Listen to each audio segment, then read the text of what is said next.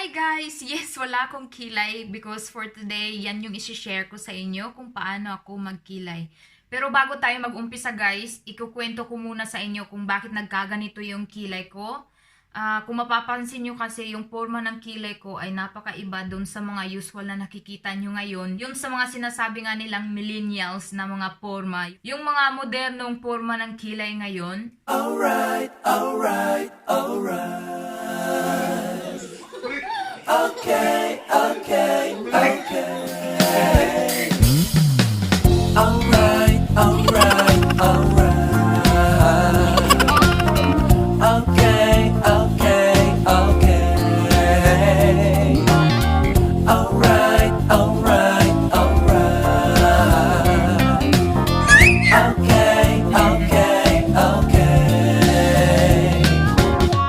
First of all, yung kilay ko guys ay natural yan siya. Hindi yan gawa ng microblade.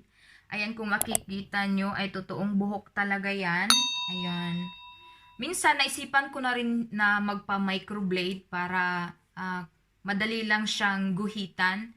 Kasi na ang totoong struggle, ang totoong challenge sa paggawa ng kilay ay yung kung ang kilay nyo ay natural na gaya nito. Kasi napakahirap sundan kung paano mo susundan yung forma niya. Kasi natural nga siya. Hindi tulad ng microblading na nakadrawing na yung forma niyan. Kaya pag nagkikilay yung iba na naka-microblade yung kilay, madali na lang sa kanila kasi susundan na lang yung nakadrawing dun sa kilay nila. Pero pag natural kasing ganito guys, kailangan mo talaga siyang pormahin ayon sa forma ng buhok mo. Actually, dalawa yung method ko ng pagkikilay, yung eyebrow pencil at saka yung pressed powder. Ayan siya. Ito. At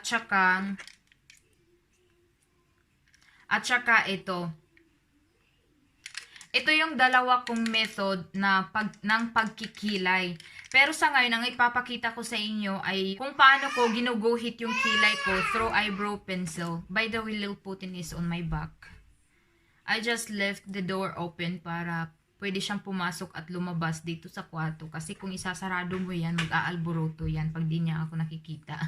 Marami nagsasabi guys na napakamaldita daw ng kilay ko. Pero wala na akong magagawa. Move on! Tiha. Take 2.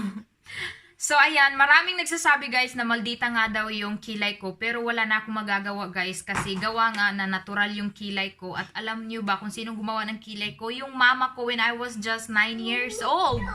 Kaya wala na akong magagawa kasi since nung 9 years old, ang sabi niya ay ititrim ko lang daw yung mga tumutubo, yung mga tumutubo dito at saka yung tumutubo dito.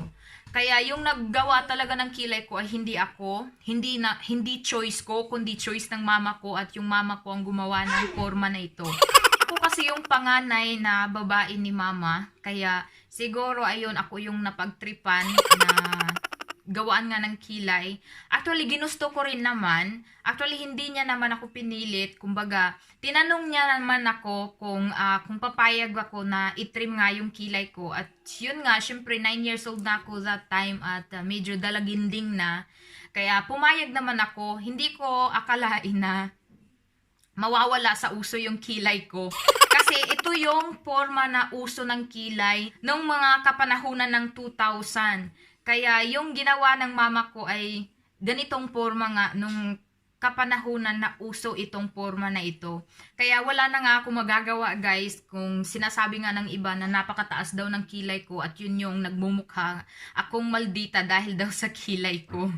So ayan, bago na naman tayo mapalayo, gawin na natin yung kilay ko kasi mapapahaba itong video na wala akong kilay. So ayan, ang una kong ginagawa guys kasi nga yung buhok ko ay makakapal at matigas ang ulo gaya ko. Ayan, pinapatag ko muna siya ng daliri ko para makita ko yung forma ng kilay ko. Tapos, saka ko siya ginuguhitan. By the way, eyebrow pencil yung gagamitin ko sa ngayon. Siguro gagawa na lang ako ng ibang video ko kung gagawin ko yung ibang method na which is pressed powder. At ang kulay nito guys ay hindi ako mahilig sa brown kasi yung iba ginagamit nilang eyebrow pencil ay brown pero yung akin ay black. Para sa akin kasi mas komportable akong gamitin yung black kasi napakakapal ng mga buhok ko sa kilay. Kaya pag gagamit ako ng brown o kaya dark brown, nag-iiba yung kulay ng drawing at saka yung buhok ng kilay kasi yung buhok ng kilay ko ay napakakapal at itim. Kaya ang ginagamit ko ay black din na eyebrow pencil para magkapareho yung kulay. Kasi nga kung gagamitin ko nga yung brown ay mag-iiba yung drawing at saka yung kulay ng kilay ko. At ayan nga, bago ko inuumpisahan, pinipress ko muna yung mga buhok ng kilay ko. Paganon at saka paganon para magsunuran yung mga buhok at hindi siya mahirap na i-drawing mamaya.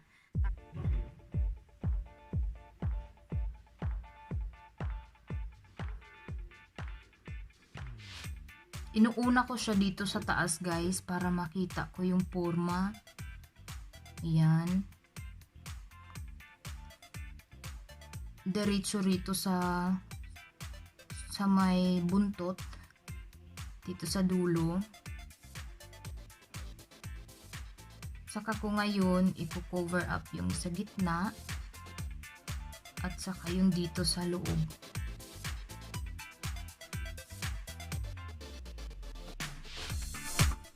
Saka ko i-cover up dito sa looban.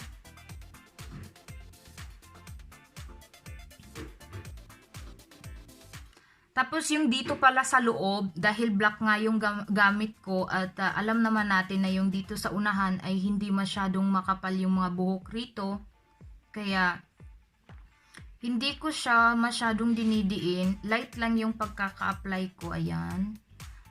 Para lang makumpleto yung drawing. Pero light lang yan siya guys. Hindi kasing kapal na nandito. Hindi ko na yan tinouch ha. Tinuro ko na lang. So, ayan yung resulta. So, ngayon, i-drawing naman natin yung sa kabila.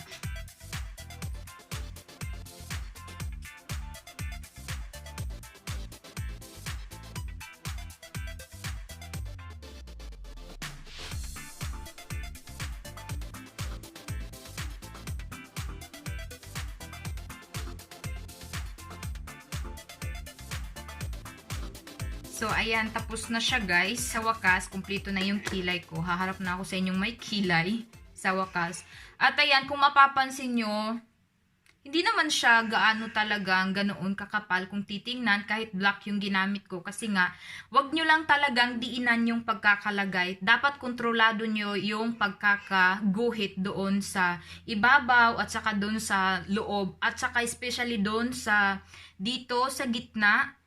Dapat wag nyo talagang idiin, lalo na kung black or dark brown yung gamit nyo kasi sobrang kakapal na siya guys na magmumukha na kayong yung parang bagong microblading. Yun yung magiging mukha ng kilay nyo niyan pagkatapos. So ayan, I hope nakakuha kayo ng idea from me. For my next video, itatry ko naman na i-share sa inyo yung pagkikilay ko through pressed powder. Gaya nito. So, next time, abangan nyo yon kung hindi nyo carry yung eyebrow pencil. At ang carry nyo ay yung pressed powder nga. So, let's try to do it next time then. Kasi sa ngayon, papagabi na and little Putin is already cranky. I am going to make him sleep. Kaya, see you on my next video. Thank you for being with me. Thank you for watching. Bye-bye!